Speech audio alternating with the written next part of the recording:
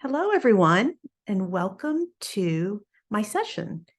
My name is Maria Seid. I am a district ESL specialist from Richardson ISD, Texas, and I am happy to be here to bring you Did Every Student SWiRL Today?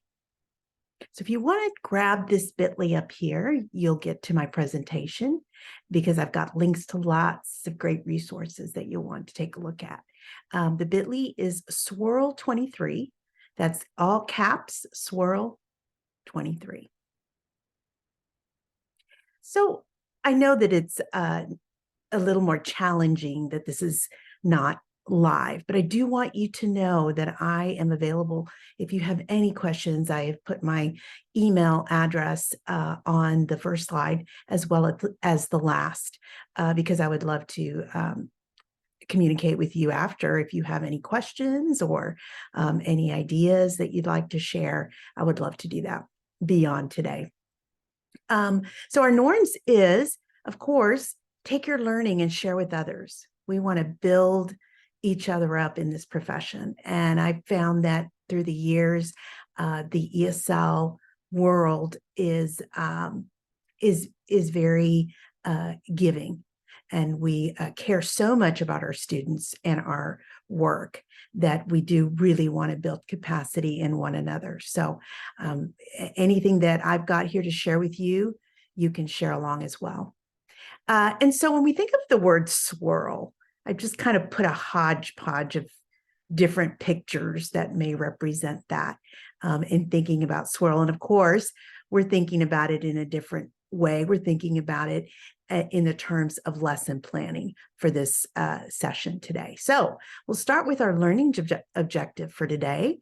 Participants will learn the lesson planning strategy SWiRL to use when planning for the needs of the English learners in their classroom or emergent bilinguals. And the language objective today is participants will reflect and share their ideas for incorporating SWiRL in their lesson planning. And because this is not a live session, I am charging you with sharing what you learned today with the others on your team and on your campuses and in your district. One of my favorite strategies, of course, and this is from Seid Education, is annotating objectives. And so I do that ever since I learned it from them. I have done that in all of my trainings, and such a great way to model comprehensible input, right? Making sure that what you are having your students be expected to learn is comprehensible to them. So making sure that they understand the vocabulary in your daily objectives. So just a little side strategy there, and annotating with visuals and simplified words can really make the difference for our emergent bilinguals. So I'm going to ask you to do a little self-reflection today and ask yourself these two questions. What am I doing to make my content comprehensible for my emergent bilinguals? And am I giving my emergent bilinguals daily opportunities to practice speaking, writing, reading, and listening at an academic level every single day? And when I say opportunities, I mean intentional opportunities that you have planned for in your lesson, that you have allotted time for in your lesson.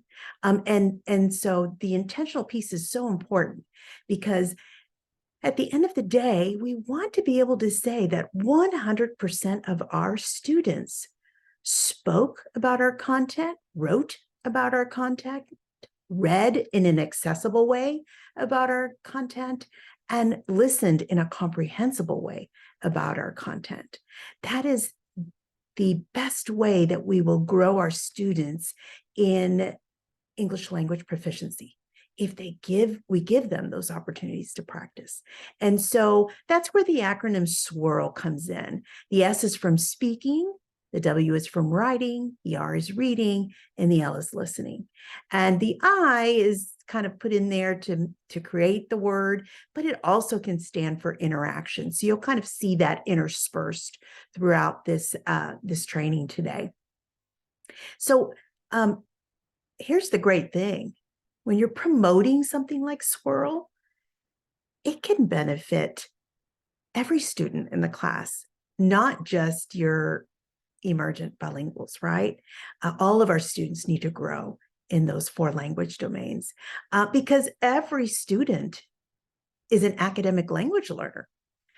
So we have our emergent bilinguals who are learning English, but our native English speakers are academic language learners. So essentially, we are all teachers of language. And that's something I love to share in all of my trainings with classroom teachers, because often you will get those teachers, for example, that are math or science, and that may not think of themselves that way. Even orchestra teachers and PE teachers and coaches, I often remind them that they have rich, high-level academic language in their classroom. So SWiRL is English language proficiency standards. All of these standards that we're required to implement in our class, even if we just have one English learner, one emergent bilingual, we're required to implement these standards. And so SWiRL is just another way to do that.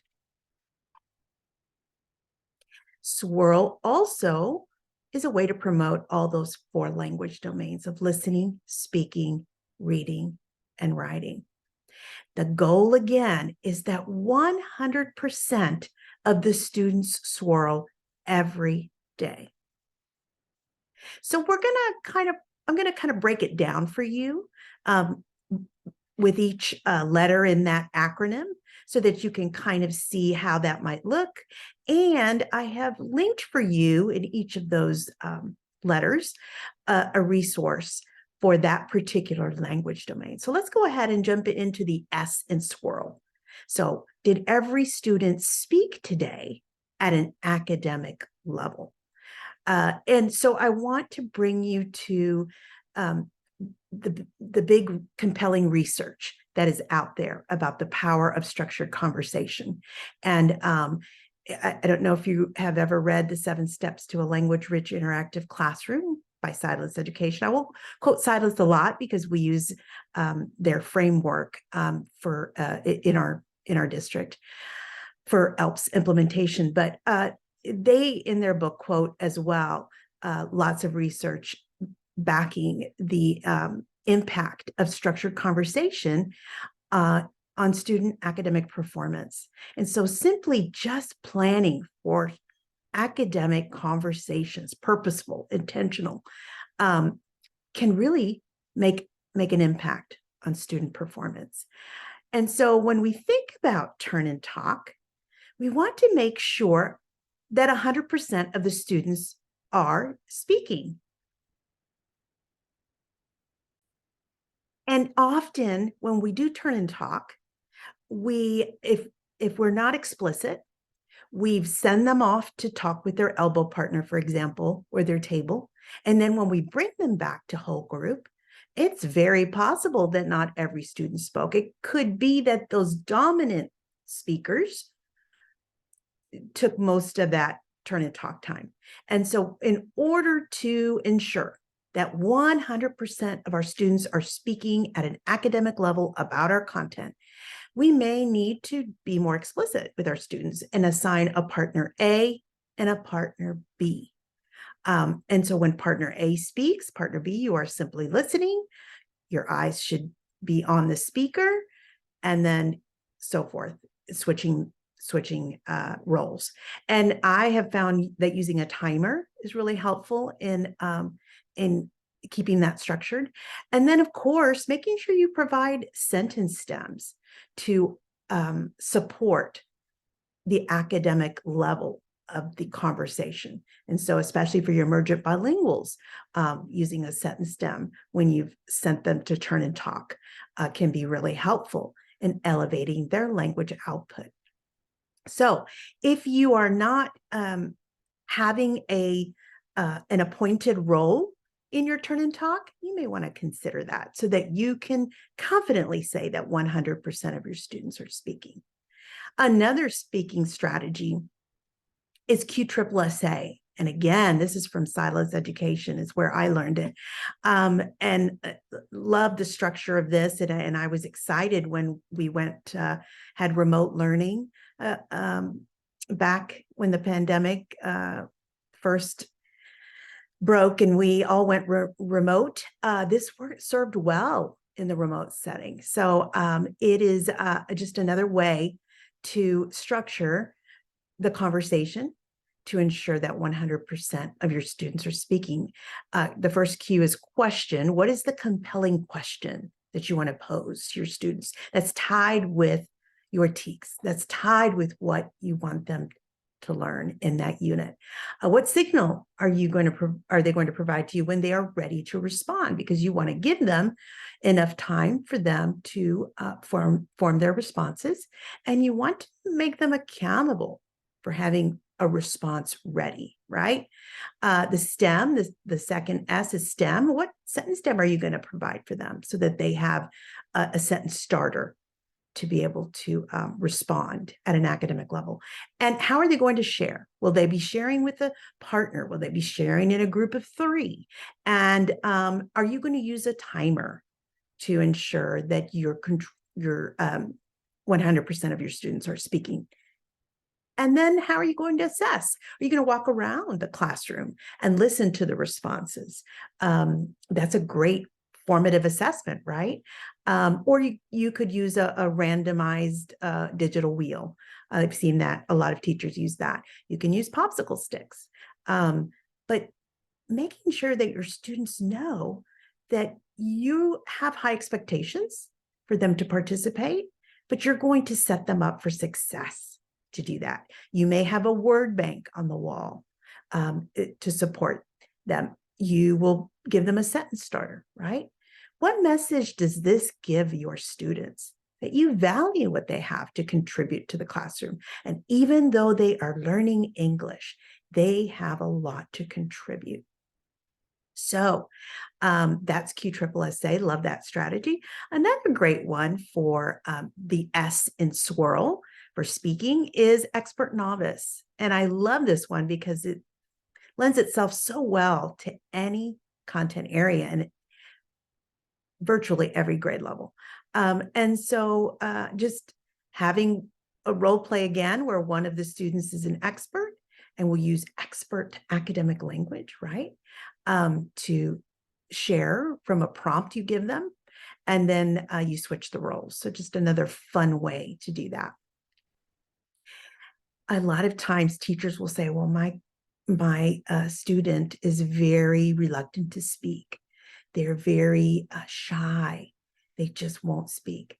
I suggest to make it as compelling as you can.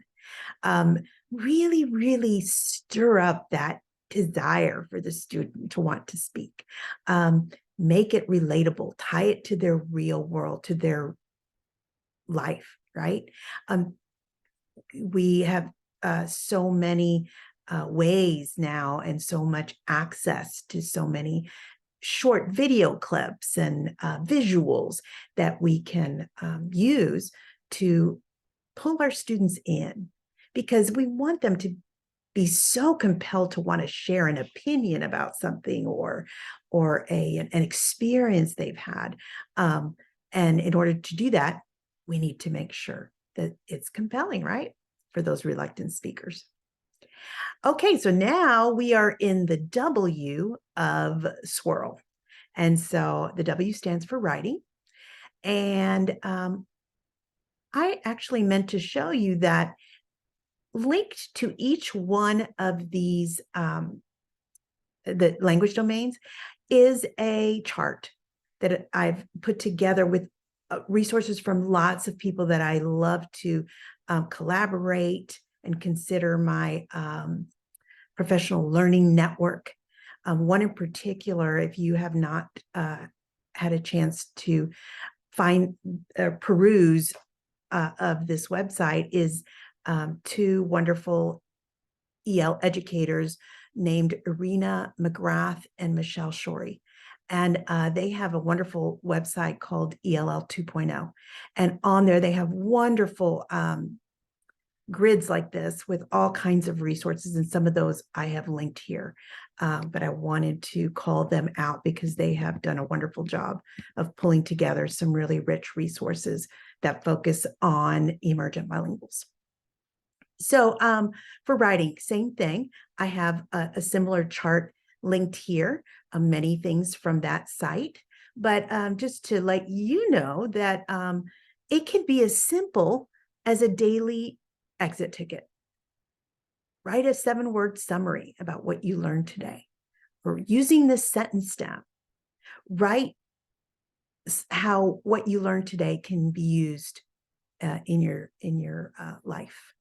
And when we think about subjects that we don't always necessarily think about writing, like math and science, a daily exit ticket like this is very easy to implement, right? And I always think of it as a muscle.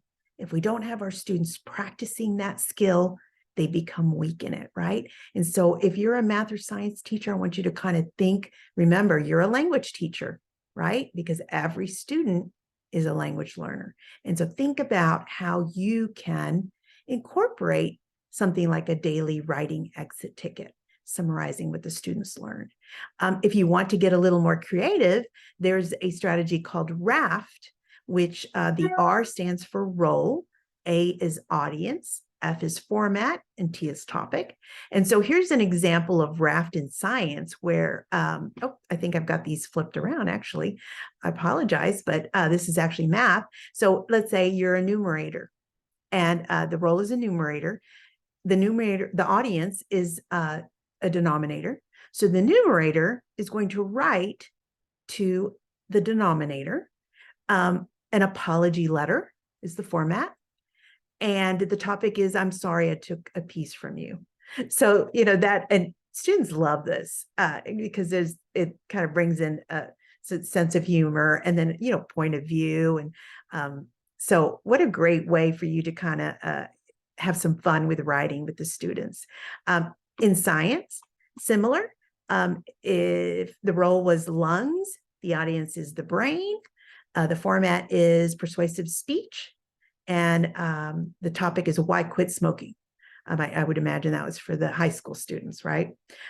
So just some fun ways to incorporate writing that don't take a lot of time and a lot of prep. Now we're on the letter R of SWiRL. I'm not going to do it's interaction, because I always consider the speaking portion to be interactive, because we want them having that structured conversation, right? So for reading, again, I've actually linked this straight from ELL 2.0. Love their strategies to promote deep reading. And this is a way to get you to that site actually and see all of the wonderful things that they offer. But I want to, again, take you to the research and the power of pre-teaching the academic vocabulary for your unit. So when I think about reading, I think about how important it is to introduce some of that academic vocabulary to build that background for your students, and perhaps to tie in some of the cognates that are apparent in that unit or that subject or that content. And the research shows that front-loading or pre-teaching academic vocabulary improved academic performance in all students by 33%. That was a big study by Robert Marzano. And so I would encourage you that if you don't currently have an academic word wall in your classroom, that you start one. We put a lot of emphasis on word walls for example, literacy development, right? Sight words. Now they're the latest pushes sound word walls, right?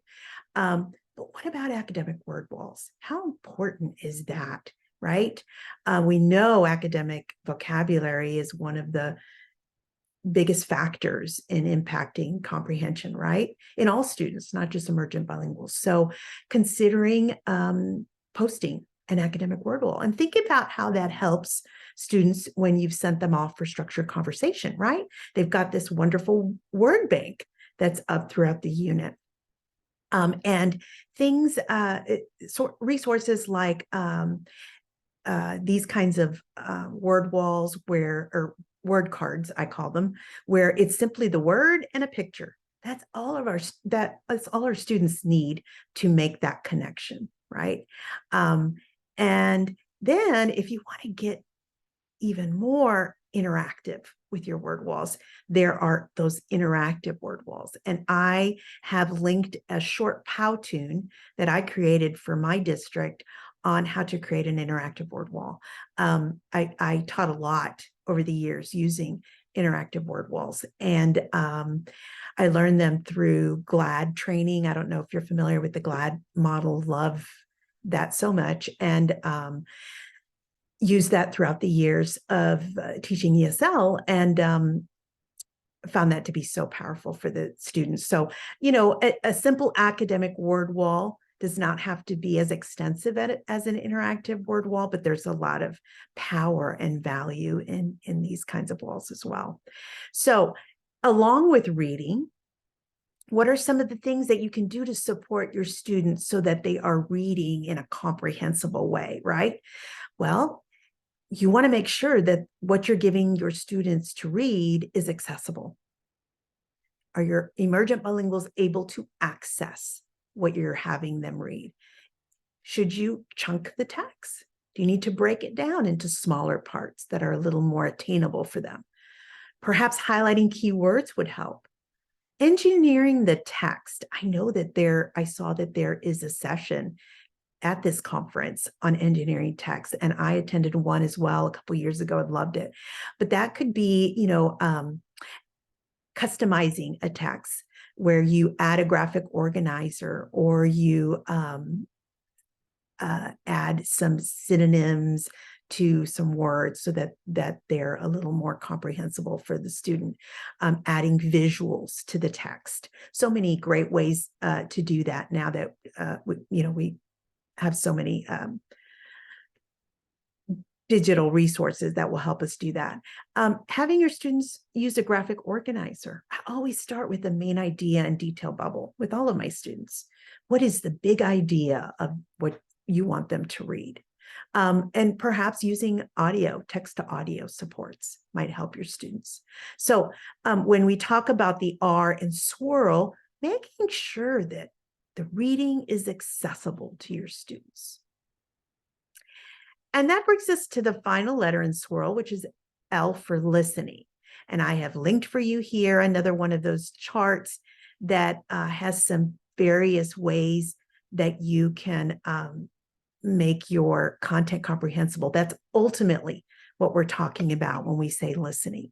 And so reminding you that if the content is not comprehensible for our emergent bilinguals, then there is what's called an effective filter that goes up that really interferes with their learning, and it essentially impacts what they acquire, right? The learning that they acquire.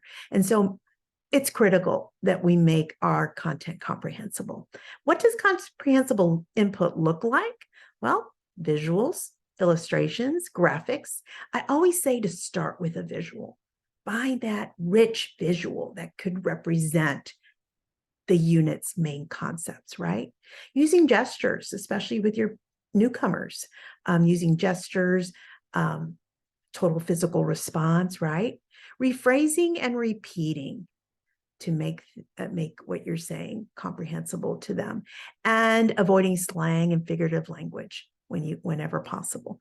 And so that brings us to SWiRL as a whole, and how you can use it in your lesson planning. And so when you are creating your lessons, to simply break down that acronym and consider how you are planning for opportunities for speaking about your content, writing about your content, reading about your content, and listening about your content, and of course, interacting throughout all of that, especially with speaking. And just a little tip I want to give you. I always tell my teachers, anytime you have a speaking opportunity planned, turn that into a writing. So a turn and talk that's structured with appointed roles, right? Partner A and partner B, with a prompt that you've given them about math, for example. Okay, once you've brought them back and 100% of the students have spoken about that topic, then have them go and write in their math journal about that response to that prompt that you gave them. So you've created those two domain activities right there in that one opportunity. So again, I always remember I always tell my teachers, always remember to SWiRL your lessons every single day. And you want to confidently be able to say at the end of the day, did 100% of my students SWiRL today? Yes, 100% of my students spoke about my content at an academic level, wrote about my content at an academic level, interacted about my content at an academic level, read about my content at an academic level, and listened comprehensively about my content at an academic level, the ultimate goal. And that brings me to the end of the session. And I do thank you so much for attending it. I hope that you have found it informative. And I have put my email here because that is the best way to contact me. But please reach out if you have any questions. I would love to collaborate with you and build each other up, right? I hope you enjoy the rest of your conference and have a great rest of your day.